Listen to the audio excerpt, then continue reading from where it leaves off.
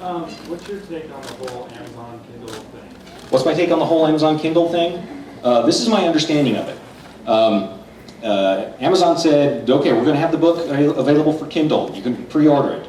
And then they started negotiating with Penguin for getting the rights to the book. And Penguin had already sold electronic rights here, there, and everywhere to other people. And then a couple of days before the release, Amazon said, you're going to give it to us for a real low price, or we're not going to buy it. And what's more, we're not going to buy any of your other spring stuff either. And Penguin said, all right. That's my take on it. Yeah, Amazon tried to power play, and they kind of bounced off without moving Penguin too much. So you can get the iBook version, and there's some shareware now that converts iBook to Kindle format. So, but yeah, I kind of look at I'm just looking at Amazon going, really, really? But I guess we'll have to see what happens. At the very back in the blue shirt. When you first wrote Stormfront, did you have like this entire series somewhat planned out, or did it just kind of launch from there? When I first wrote Stormfront, did I have the entire series somewhat planned out? Yes, I did it for a project. It was a class project. So I kind of had, well, the first couple of chapters I just wrote one night, and then I said, okay, maybe I better plan the book. And then when I was planning the book, I said, maybe I better plan the world. And then when I was done with the world, I said, maybe I better plan the timeline if this is going to be a series. And I did that, and that was one of those obsessive, compulsive projects that went on for a while. But I had to go back and write the first book because otherwise it was going to be late. And I had a grade card. So, yes, right here. Yes, the guy with the very short hair. Is Harry a brown coat too? Not so much. He never got to see Firefly because he watches TV by going to a park and that's across from an electronics store and watching the TVs that are in the window where they have the closed caption on. Because there's actually, I mean, have gone to that store in Chicago and looked at it. But so you know, he wanted to go see Firefly, but he kept showing up on Friday night and it wasn't there. It was getting preempted by baseball and. I mean, I remember that. I tell you, I still haven't watched the last episode of Firefly because if I do that, then they'll all be gone. So it's just sitting there waiting, you know, one day maybe. Yeah, right here. Yes. I noticed in this kind of subgenre of urban fantasy, it seems to be primarily female authors. I wanted you to have any thoughts on that. Okay, urban fantasy seems to be mostly female authors. What are my thoughts on what? Oh, I thought you said something, I'm sorry. Seems to be mostly female authors, and I'm not, demonstrably. So, you know, what are my thoughts on it? Why is it like that? Because the first one to get a lot of attention was Laurel? I don't know. Really, I think the publishing industry is mostly women. There seems to be there seems to be pretty much an even split of authors, but on the other hand, the romance genre sells something like 60%, 50% or 60% of fiction book sales is just romance, and it's kind of a girl thing, unless you're a guy who's in prison because while you can't buy porn, you can buy romance novels. So, go figure.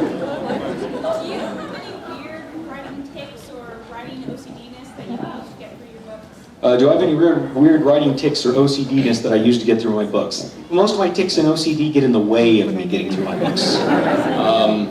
I do like to write. I do my best writing from about 10 at night till around 6 in the morning because there's nobody bothering me. If you're there during the day, you know, it's like, Dad, I love you this, and honey, do you need something to eat that? And you can't work in that kind of environment. And I also like to have like either a really bad movie or a movie I've seen a gajillion times on the TV while I'm writing. So then I can just like look up for the good parts. It's like, okay, the orcs just broke through the door in Moria. Back door. Very back, halfway around the corner there. No, not behind you, yeah.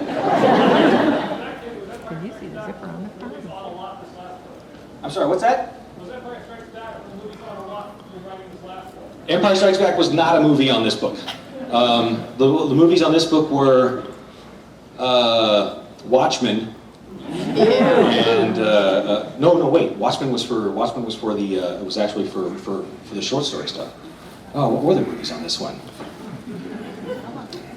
I don't remember. It's kind of a blur. I mean, this was over November and December, Thanksgiving, Christmas, etc.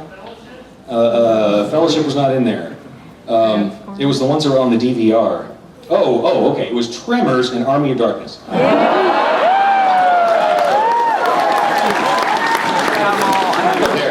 Now you know. Let's see. Here in the middle, young lady. Yes.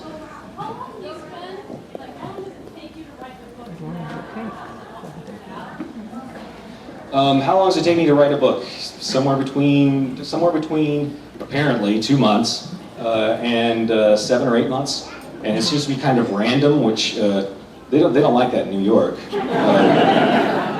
But yeah, I did all of changes. I think all of it, about 7 chapters I did in the space of 8 weeks between the beginning of November and New Year.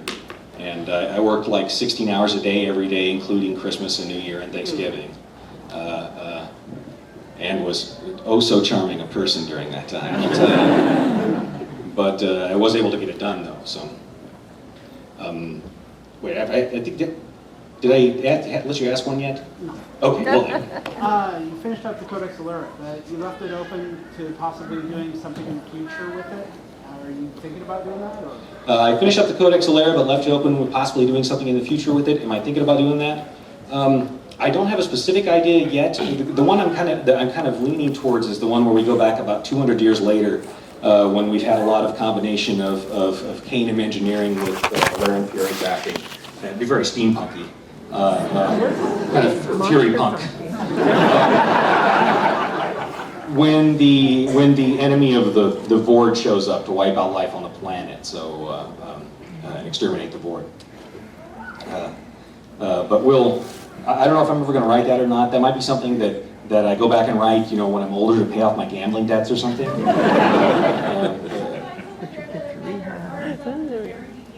Oh, okay, where? Where? Over. I can't see through walls here.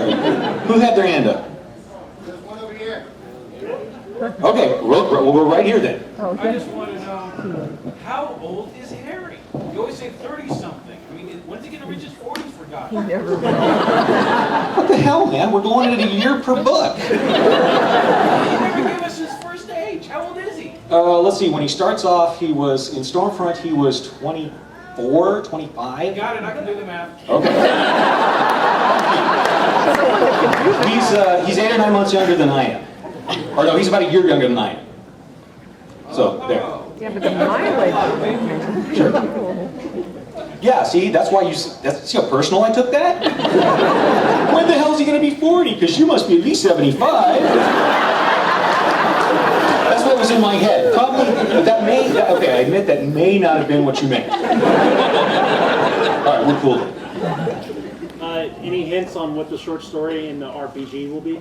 Any hints on what the short story in the RPG will be? No, I've been trying to write it on my goofy iPad.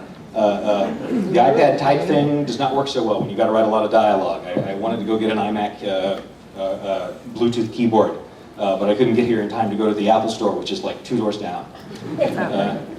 Well, that's fine anyway, because gosh, I'm so tired. I don't know what would happen if I actually started writing right now. So, okay. You touched on the dragons in the Dresden verse. Are you going to do anything more with the dragons in the... Is there going to be more with the dragons in the Dresden verse? Yeah. Yeah, otherwise I'm essentially lazy, so I don't want to actually create anything that I'm not going to use for something eventually. So